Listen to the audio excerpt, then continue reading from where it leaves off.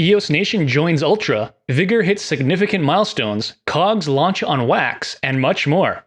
Hello EOS Nation, I'm Daniel Keys, and this is episode 69 of the EOS Hot Sauce. Nice. As always, our spicy weekly updates are available in every format. Watch on YouTube, listen on SoundCloud or your favorite podcast player, or read it at eosnation.io. That's also where you can subscribe to the EOS Nation newsletter to get that spicy sauce poured straight into your inbox. However you prefer it, help spread the sauce by smashing that like, ringing that bell, and giving us a 5-star rating. Let's get to this week's spicy updates. The EOS Nation team is excited to announce that we're joining Ultra as a new block producer alongside Ubisoft, Bitfinex, EOSIO, and EOSIO. We're preparing to join the launch of the Ultra public testnet, which should take place in the next couple of weeks. Nicolas Guillot, Ultra co-CEO, had this to say: "We are excited to welcome EOS Nation as a block producer of Ultra's blockchain. Their experience speaks for itself with 99.9% round availability and their ongoing contribution to the EOSIO ecosystem.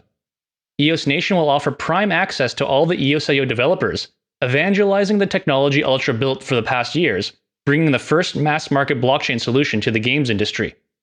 Besides providing the highest quality infrastructure, validating transactions, and securing the network, our responsibilities will consist of providing feedback to the Ultra blockchain team on the launch of the testnet and the switch to the mainnet. Ultra and the block producers will work together to make the Ultra blockchain launch and the token swap as smooth as possible." Here's what EOS Nation CEO Yves Larose had to say: "EOS Nation is excited to join Ultra in their quest to transform the video game publishing industry. Our world-class infrastructure is well suited for the needs of the Ultra network, and we're honored to contribute our EOSIO expertise alongside other industry leaders as we all work together to deliver more value to gamers and game developers all around the world. We have no doubts that the future of gaming will play out on the blockchain, and we believe that Ultra is well positioned to be a leader in this new industry. Our technical team is already working with Ultra, and we can't wait to be producing in the Ultra distributed network. If you want more details about Ultra's blockchain governance approach, please take a look at the recent blog post. Want to learn more about Ultra? The lengthy interview with Nicolas Guillot on Shar Talk is a great place to start. Interested in being a beta tester for upcoming games on Ultra? Sign up now. Interested in developing games on Ultra? Check out the newly released powerful SDK. You can find links to all that, plus everything else I'll mention today in the written edition of this episode. Vigor recently crossed a significant threshold, reaching over $1 million in total locked value, or TLV, which is a very important statistic in the world of DeFi. What's great is that since crossing this threshold, the growth has continued, and at the time of recording, Vigor had $1.36 million locked in value. Make sure to visit stats.vigor.ai for all the relevant statistics about Vigor. Speaking of statistics, we were also pleased to learn that VIG is now listed on CoinMarketCap. And finally, the biggest news of the week for Vigor is the fact that the code audit has been finalized. Led by Charles Holzkamp, former head of technology and security at EOS 42, the auditing firm Sentinel has completed the audit of the Vigor code and no issues were found. Here's what Sentinel had to say: "We're pleased to have completed a security audit for Vigor protocol. You get our stamp of approval." On top of code audits, Sentinel also offers free penetration testing for EOSIO block producers on various EOSIO chains, such as Wax. With more product releases coming up in the next 18 months, this security firm is well positioned to bring a lot of value to the EOSIO community. In the recent article on the importance of guild security, the firm highlights the risks faced by block producers and offers advice on how to improve security. This includes performing third-party security audits, setting realistic policies and procedures, and education and training in areas such as phishing and security awareness. Up next, we've got a bunch of Wax updates. This week saw another exciting NFT launch as KOGs on Wax had their Series 1 releases. These NFTs are more than simply collectibles, as they'll be used as pieces in a variety of upcoming games. The KOGs brand name actually stands for Keys to Other Games, and is also a play on words for the popular game from the 90s called Pogs. Although there were some hiccups with the pack opening process during launch, those issues were quickly forgotten by the community when they started opening packs and seeing these absolutely beautiful KOGs for the first time. On top of impeccable artwork, the collection has some serious depth to it. While the collection is made up of 100 different KOGs divided into 8 different themed sets, plus a 12-piece set of slammers, the possible border, color, and foil combinations are what makes this collection especially interesting. From these 112 KOGs and slammers, we can find over 3,400 variations, each of these with their own mint numbers. The result is something we haven't seen in any of the NFTs released so far. With so many combinations and #1 mints out there, the standard strategy of collecting a full set is thrown out the window. Sure, the number 1 mintage super rare foils are of course very valuable, but what we're seeing evolve is people choosing specific subsets of the collection and focusing on completing those with their favorite style of border and color. Another interesting trend that could have been anticipated by keen NFT traders is the fact that mint number 21 of Bitcoin KOGs are extremely popular. Other quirky trends are emerging as traders explore the collection and find their favorite subsets and styles. The ultra-rare foiled Satoshi Nakamoto Slammer is currently the most coveted piece of the collection. We've also recently learned that many clues or puzzles can be found within the artwork. Apparently the first place we should look is the staff selection subset, and the community has been buzzing about the potential implications of various symbols and numbers that have been found. And we haven't even started talking about how these KOGs will interact and be required for upcoming games. One thing we do know is that mint numbers will have no impact on gameplay. Those are only relevant or interesting for collectors. If you missed out on the sale last week and want to get some KOGs, packs are available on Atomic Marketplace through great NFT portals like Atomic Hub, Waxplorer, and Collectibles. Or stay tuned for later in the show where you might get a chance to win some. While all 3 portals are hard at work adding features requested by the community, this week Waxplorer added a new ranking system that allows users to compare their collection's score to others. The new system doesn't favor whales and instead focuses on awarding points for complete collections, low mints, and rare cards. Are you looking to learn as much as you can about NFTs and increase the size of your network in this exciting space? Make sure to sign up for NFT Day, a Coin Genius event hosted by Joel Comm and Travis Wright of the Bad Crypto podcast. The event features speakers from Wax, Tops, Nifty Gateway, OpenSea, and People Browser. In other news, the Wax School wants to incentivize you to learn about Wax. Join the community and you could win one of many NFTs being given out over the next few weeks. Are you done with school and looking for work? Make sure to keep an eye out on the Wax careers page for any job postings. Right now, Wax is looking for 2 full-stack developers, one for blockchain systems and one for online systems. Speaking of Wax, it's time to race for rares. If you're joining us for the YouTube premiere of this episode, type Spicy Rare in the live chat now for a chance to win one of 5 Spicy Rare NFTs. And guess the length of this episode to win one of 2 KOGs booster packs. You've got 2 minutes starting now. And if you'd like a chance to win this week's Golden Chili, leave a relevant comment on this video about one of today's spicy topics. You don't need to be here for the premiere for this one. You've got 2 days to leave your comment. Good luck, and don't forget you need to sign up to be eligible at eosnation.io/spicy. And smash the like if you're hyped for some NFTs. Moving on now to a new product from one of the best performing standby BPs on the mainnet. EOS Detroit's dedication to the EOSIO community is unwavering, and today we're happy to highlight their latest contribution, the Nodesuite. Rob Consdorf, CEO of EOS Detroit, described it like this: Nodesuite is the culmination of EOS Detroit's internal work to reliably and repeatedly update and create EOSIO nodes across many different EOSIO networks. By separating core functionality from configuration, we've created a framework for cross-community collaboration to standardize best practices and procedures for accomplishing different operational tasks related to EOSIO node management. In other words, Nodesuite is a set of Ansible playbooks that helps power users automate various processes surrounding deploying EOSIO node infrastructure. Specifically, Nodesuite encapsulates the work required to initialize an Ubuntu 18.04 system, prepare EOSIO binaries, and configure an EOSIO node into easy-to-use playbooks and configuration mappings. Out of the box, Nodesuite supports the following EOSIO networks and their testnets: EOS, Wax, FIO, Talos, and Proton. Nodesuite also supports the following modes: Producer, Seed, V1 History, Hyperion, and Oracle. Nodesuite is a work in progress, and there's still a lot more to be done. If you're interested in contributing, the team invites you to join the project on GitHub. And it was another exciting week for Voice. They officially opened up for registration to 20 additional countries on August 15th, and registered members now have the opportunity to send out invites to friends and family. Since then, we've seen many new and familiar faces join Voice. We saw Sebastian Vanderlins writing about use cases for his project WordProof, and also giving valuable feedback on how the Voice team can improve the platform. EOS Nation CEO Yves Larose also made good use of the platform. He shared some of his thoughts in EOS to the Moon, a story of pomelos and cicadas, and Introduction to My Mind. He also published some updates on the MSIG contract upgrades being prepared for the EOS mainnet.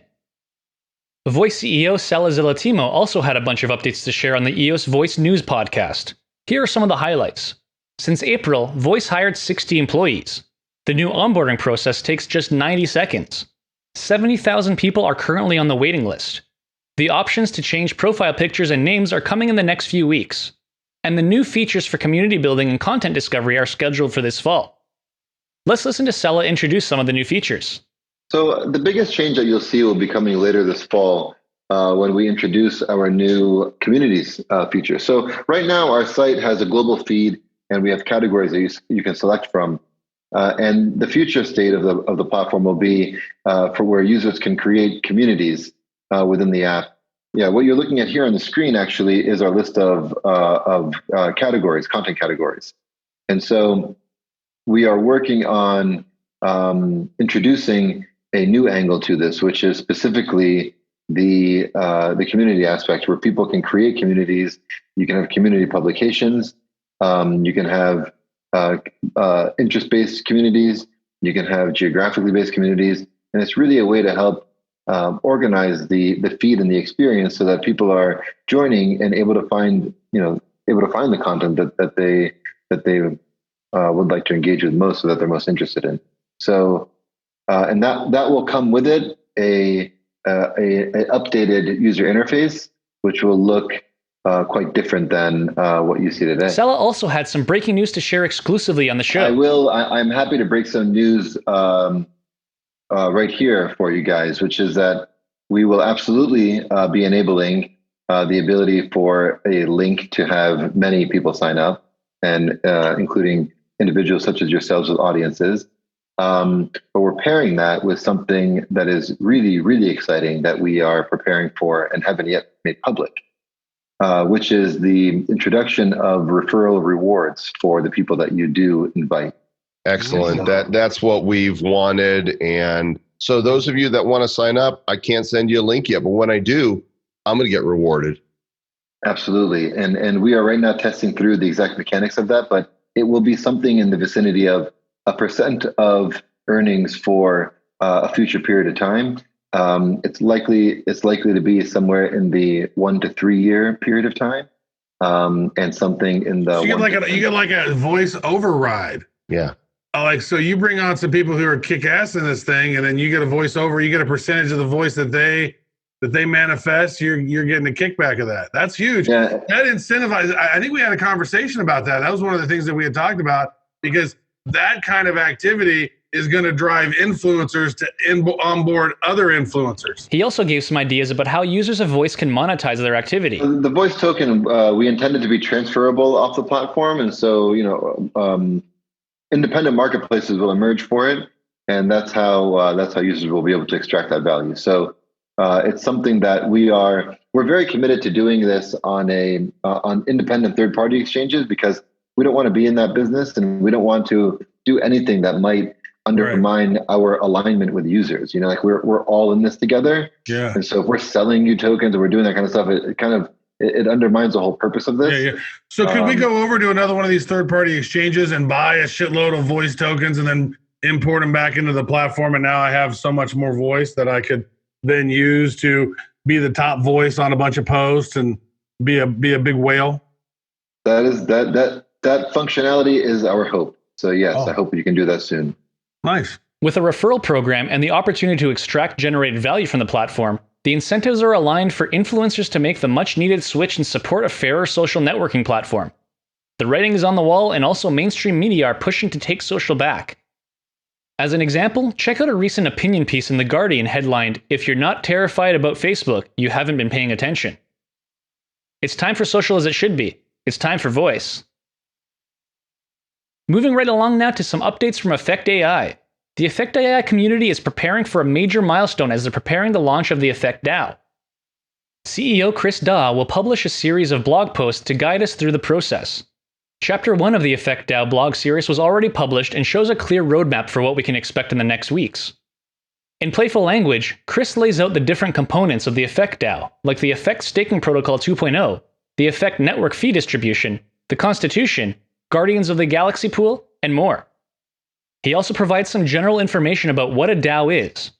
It's a great read for everyone that's interested in decentralized governance, and a must-read for EFX and NFX token holders. If you're interested in learning how to earn EFX as a worker in the Effect Force, check out their hot-off-the-press video tutorial. Exciting times ahead for Effect AI. And while the DeFi bull market rages on across the entire crypto space, DeFi users and yield farmers on Ethereum are starting to get annoyed at the high fees that you have to pay. Even whales will complain about $100 on staking fees eventually. But on EOS, DeFi is growing both in terms of usage of current products and in terms of new projects launching.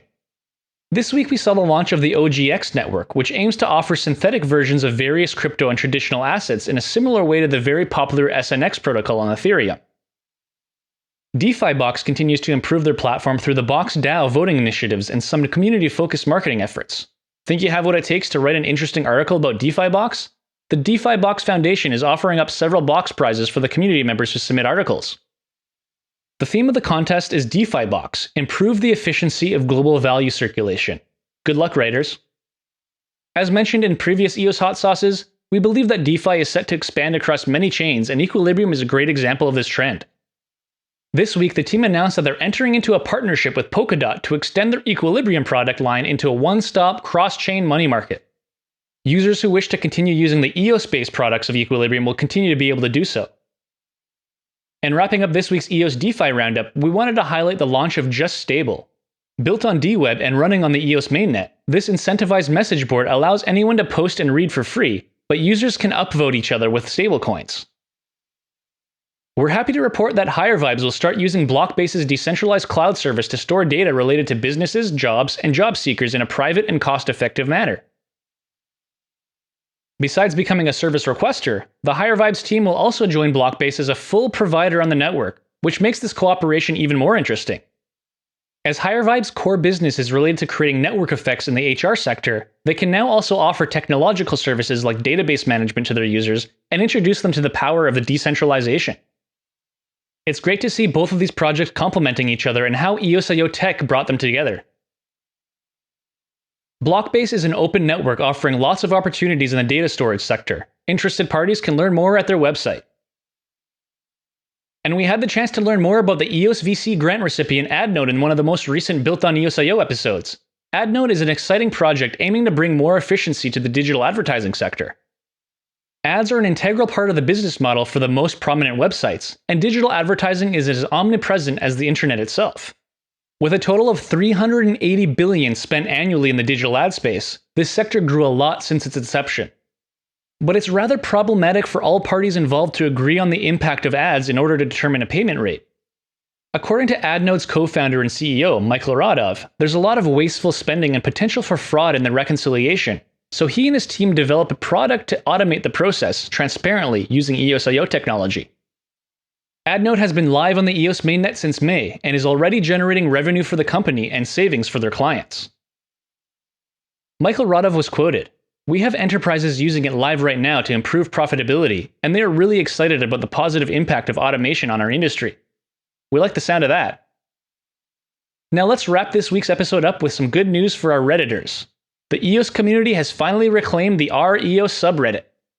Big thanks to Cheney Moore for pushing this along and staying at it for many months to convince the Reddit admins to grant him the moderator position. While Jerry of EOS Go has been an r/EOS mod for a long time, he didn't have the required permissions to enact change. The previous head of moderation for r/EOS had been absent for many months, and the subreddit was not very enjoyable without moderation or maintenance. Well, it's all about to change. Cheney Moore has successfully assembled an all-star cast of EOS community members to form the new mod team, and we intend on bringing some life back to the Reddit EOS community. The mod team is now made up of Cheney Moore of EOS Writer, Data Junkie of GeneraEOS, Jack of Discussions.app, Jerry of EOS Go, RectKid.x, an EOS OG, Zach Gall of Everything EOS, Zen Dealer, an EOS fanatic, and our very own Stéphane Bizon, EOS Nation's Chief Community Officer. EOS Nation is happy to be involved, and we're looking forward to revitalizing the Reddit community through more active moderation and various initiatives. Jerry has taken the lead in our first task and has already started working on updating the FAQs and sidebar information. We want our EOS to be an enjoyable place for both community veterans as well as newcomers. Do you have ideas or suggestions on how we can make that happen? Reach out to anyone on the mod team. We want to hear from you. And that's all for this week's episode of EOS Hot Sauce. We've got more spicy goodness for you every week, so subscribe, hit the bell, and stay tuned for the next one. And if you can't wait until next week, find our previous episodes at eosnation.io or on our YouTube channel. Once again, I'm your host, Daniel Keys, and we'll see you again next week. Until then, let's keep it spicy.